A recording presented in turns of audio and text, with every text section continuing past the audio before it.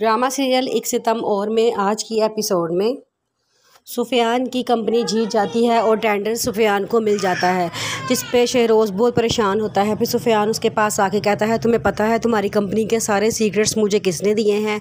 शहरोज़ पूछता है किसने दिए हैं, तो सुफियान कहता है कि तुम्हारी बीवी उष्णा ने मुझे ये सारे सीक्रेट्स दिए थे, क्योंकि तुम्हारी बीवी उष्णा को ही सिर्फ तुम्हारे ऑफिस में जाने तक की रसाई हासिल थी, तो उसी ने ही मुझे दिए हैं और कौन दे सकता है। जिस पे शहरोज़ एकदम परेशान हो जाता है। वो घर जाता है और जाके उष्णा से पूछता है, तो उष्णा कहती है कि ऐसा कुछ भी नहीं है, मैंने किसी को भी आपके सीक्रेट्स नहीं दिए। लेकिन शहरोज़ को ज़रा भी यकीन नहीं आता। वो कहता है कि तुमने ही दिए हैं।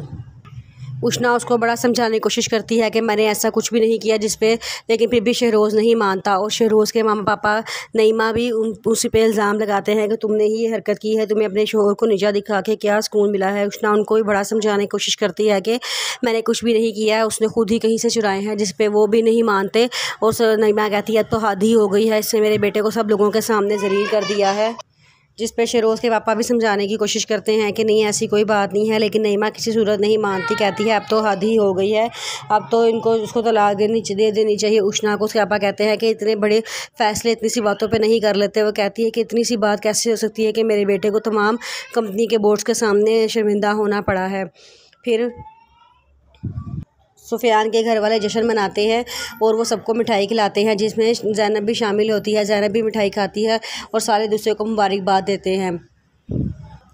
सुफियान उष्णा को फ़ोन करता है, लेकिन उष्णा फ़ोन उठाती है और उसे कह रही होती है कि तुमने मुझे फ़ोन क्यों किया है। पीछे से शहरोज़ आ जाता है और वो आके अपनी बीवी को बहुत डांटता है। कहता है तुम क्यों उसकी कॉल रिसीव करती हो, तुम लोग मेरी हार का जश्न मना रहे हो। वो कहती है ऐसी कोई बात नहीं है, आप गलत समझ रहे हैं।